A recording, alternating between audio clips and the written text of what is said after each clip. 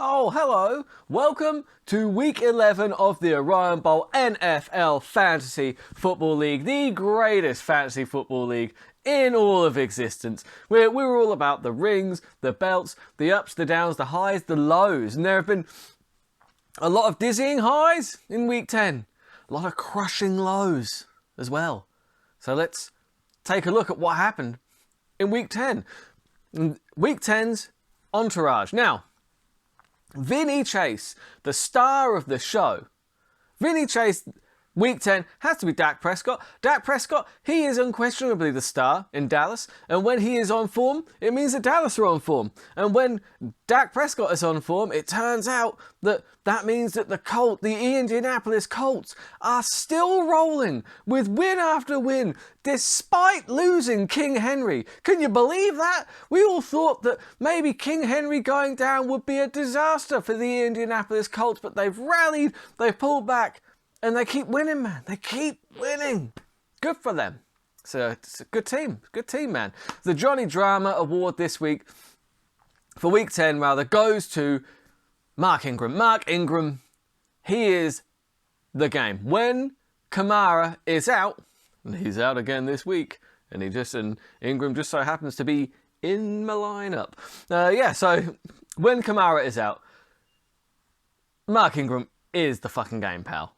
And that's why he gets the Johnny Drama Award for week number 10, because let's face it, his score was instrumental in my week-topping score for the Burtimore Ravens, taking me to another win over the Gorillas, putting me in 4th place temporarily. I'm fairly sure that is temporary, but for now I'm in the playoffs. I mean, who'd have thought that at the start of the season, right? Anyway, the Turtle Award goes to Radmondre Stevenson? I don't even know how to say that. Never heard of him. Right? But he put up 23 points for the coach's sons. That was an emphatic victory, and what a performance from that guy. I mean, what is it? New England's backup? Did someone else have a concussion or something? Either way, fantastic score. Didn't expect it. Turtle Award, Radmondre Stevenson. Jesus Christ. The Jeremy Piven Diversity Award goes to the Colts D for Baby got first pick, getting 3 sacks, 1 fumble turnover, and even a sneaky touchdown in there, just to help Baby got first pick get to a close run win over the Harlots, and that's a good win. The Harlots really needed to come away with that one. That was one of the results that really helped old Burt get into the playoffs temporarily. I'm not getting ahead of myself just yet. And the E Award this week goes to the Rams D. What the hell happened, Rams D? I mean, that D was limp and unimpressive, wasn't it? Terrible. What a terrible D. And speaking of unimpressive, it meant that the Gorillas' score was actually the lowest of the week. And so I'm still pretty happy with my win there, because my team did score the highest of the week. So highest score versus the lowest score. And when you're going to put up the lowest score of the week, actually it's somewhat comforting that I put up the highest score of that week, because you may not have beaten that anyway. So there's some comfort there. There's silver linings and all that. So let's just get in to coach's questions with the coach of the Burtimore Ravens, Mr. Coach Burt Green. We've got some emails here. So, how many dud performances will make you lose faith in Dawson Knox? Well, no more. Because Gronk is back, baby, is what I was saying before Gronk missed practice on Saturday. Now I'm all kind of like, ugh, what do I do? You know what? I'm probably not going to risk Gronk. If he sat out on Saturday, it's a game time decision. And the problem is Knox plays at 6 o'clock. I think the Buccaneers, they play much later. So by the time I actually know whether Gronk is playing or not, the ship is going to have sailed. So I am going to trust the HMS Dawson Knox one more time. I'm pushing that ship out into the ocean, just seeing if that baby floats. Because let's be fair, he's got a decent matchup against the Colts. He's on a very good offense. I think I'm going to have to put, he's had a couple of bad weeks, since coming back from that injury. Hopefully he's going to get back to the kind of form that I know Dawson Knox is capable of. Right, Last question. So first, Ingram and now Wilson. Is this your new strategy, looking for backups replacing injured starters? Well, yeah, I mean, it's a pretty good strategy, isn't it? I mean, like, it looks like Eli Mitchell is going to be out for the 49ers, which means that Wilson is going to be the number one back in San Francisco, and they run the ball pretty well. They've got some decent run blockers there, so he can put up as good a score as anybody. No, I trust Ingram implicitly. Ingram is a fantastic running back, and when Kamara is out, Ingram is going to have a good day. And like I said, Wilson, let's not forget that he is taking on a rather limp D over there in Jacksonville this week. That D is limp and unimpressive, and I think that Wilson's going to take full advantage of that, and he's going to run roughshod over that D. Oh yeah. Anyway, let's take a look at what we think is going to happen this week. So, the Coach's Sons take on the Burtimore Ravens. I'll be seeing the manager of the Coach's Sons, hopefully at the NFL Mansion later on this evening. I'll be able to dish out a swagger, and obviously he can take one of his pick of one of the wonderful Orion Bowl rings that are sitting in these little boxes here that I put my my worst team trophy up here for my last year's efforts, which was fully deserved. And I mean, this year's looking better. Temporarily, I might add. Got to get past these Coach's Sons first. So I'll tell you what, that is going to be no picnic. You know what I mean? Lamar Jackson, obviously he's questionable, but he's going to play, isn't he?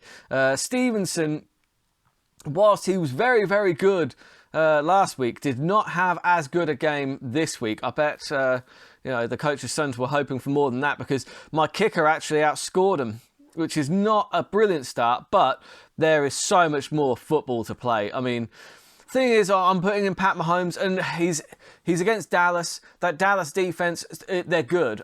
Thing is like, we were talking about this the other day. I mean, thing is, Pat Mahomes, he can sidearm a D until it goes limp. So I've taken my Dallas Cowboys D out of the lineup. Shout out to the Suns, by the way. They came up with the side-arming limp thing. But it was hilarious. It was so funny that I thought I'd steal it, basically. Anyway. I've got Pat Mahomes. I mean, Ingram's in, Kamara's out, so Ingram is playing. Jonathan Taylor, he's playing against the Buffalo defense. Now, that's not a really great matchup there. Metcalf, he didn't have a good week last week. I'm hoping that he can bounce back. Deebo Samuel against the Jags defense. I'm hoping to get some good points there. I'm trusting Dawson Knox again. Dawson Knox has not had a good time lately, but no, against the Colts and the Buffalo at home, hoping to see some numbers there. 49ers D, I mean, they're going up against Jacksonville. Jacksonville turn over the ball a lot. So I put the 49ers D in because ideally you don't want to be playing your starting quarterback against the D that you're playing. It's just bad management. That's how coaches lose ball games, right? So anyway, 49ers D are going in. Gronk looks like he's going to be out. Robinson looks like he's going to be questionable, which is why. And also Eli Mitchell doubtful, which is why I picked up Wilson to put in, because he'll take on the number one running back role in San Francisco if Eli Mitchell doesn't play, which it looks like he is not going to. And then you look at who I'm playing against. You got Travis Kelce. That's a problem, but hopefully, Pat Mahomes, if he does throw the ball to Travis Kelce, at least I'm mitigating some of those points. Christian McCaffrey, that's a problem. Christian McCaffrey being back, especially against Washington, he's good for 35 there, easily. Jefferson's been looking really good. And, Titans, this is going to be a close run contest. But I think that the Coach's Sons will get it done, purely because I have not had a winning record since week 1, and I just my team are so up and down. I just don't think that I have no confidence that they're going to get it done. So I'm taking the Coach's Sons here because somehow, by hook or by crook, my player.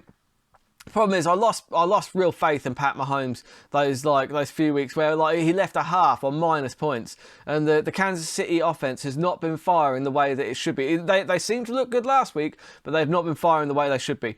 And Dallas Cowboys, they're no joke. They're no joke. I don't think that's a particularly good matchup. I think Pat Mahomes probably only leaves with about 10. And the problem there is you've got Lamar Jackson taking on Chicago. And Chicago haven't been great at stopping offenses this season, not really. And Lamar Jackson could exploit that. So when you're looking at Lamar Jackson and Christian McCaffrey, you could get 60 points from those two easily. Easily. I don't see any matchups this week for me where I get 60 points from two players. Therefore, the coach's sons are probably going to keep marching. They're going to keep marching and they're going to start sneaking into playoff position. Don't call it a comeback.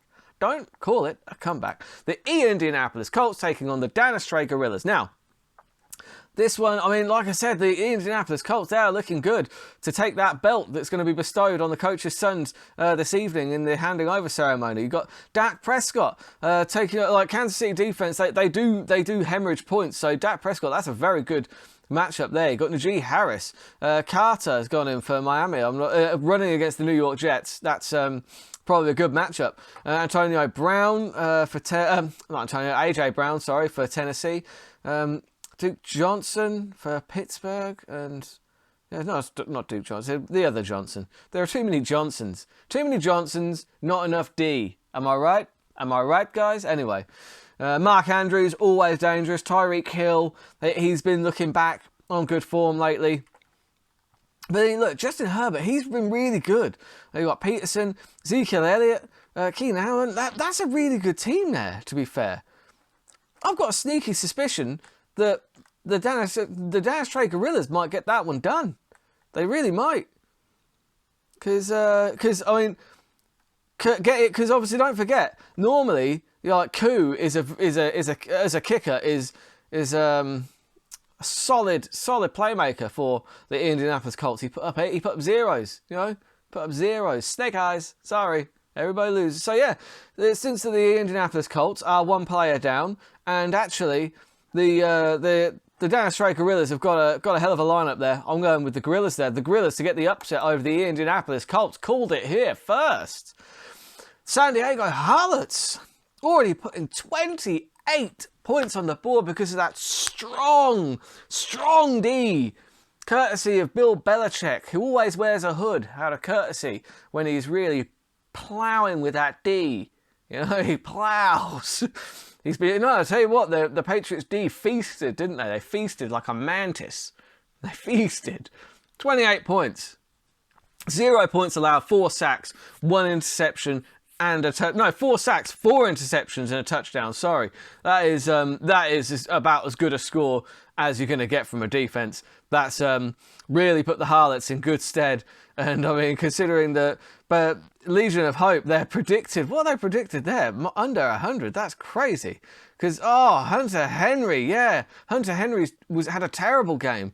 DeAndre Hopkins is out. You're going to have to put somebody, Cooper Kupp's out. Oh my God, the Legion don't have a chance. They've got 0 chance of winning this. They're going to have to stick Landry in for Hopkins. And even with Cook and Rodgers and Connor, you got no chance. No chance. The San Diego Harlots. I don't think there is a safer bet in sports than the San Diego Harlots to beat the Legion of Hope this week. That is the safest bet in sports. Boom. San Diego Harlots to take the win. Baby got first pick, taking on the team with no Namath. The team with no Namath who are on a 3-game losing streak. What has happened? You were top of the league, and now you're down here with the rest of us. That is mental.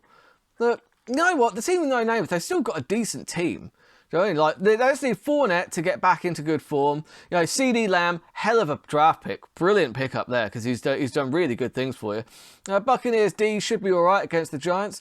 But then you've got, obviously, Harris only put up 6.5 for Baby got first pick, and that's not a good start, is it? Not really. It's not the start you wanted. He's also got Mike Evans. It really depends who Brady throws the ball to. If Brady throws the ball to Godwin rather than Evans, then, you know, the team with no Namath are going to be looking very good here. Nick Chubb as well is going to be back. He's back in the team, so that's good. Williams for Kansas City is having a good time at the moment.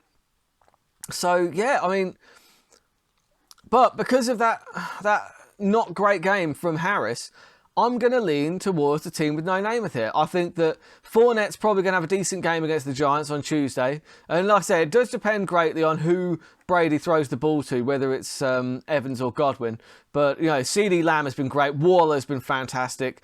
And, you know, that Buccaneers D, Jalen Hurts as well against New Orleans. New Orleans tend to get into shootouts. So that'll favour Hurts massively. So, yeah, I'm going to take the team with no Namath to get back into winning form. The team with no Namath get back in the win column, start surging back up that table. Come on, Namath. Where's it? Pull it together. You know, I love a Joe, I don't like to, you know, trash teams here. But anyway, those are all my picks. Best of luck to everybody. For those that I've picked for, prove me right. For those that I've picked against, prove me wrong. I will see you again, same time, next week on the Orion Bowl.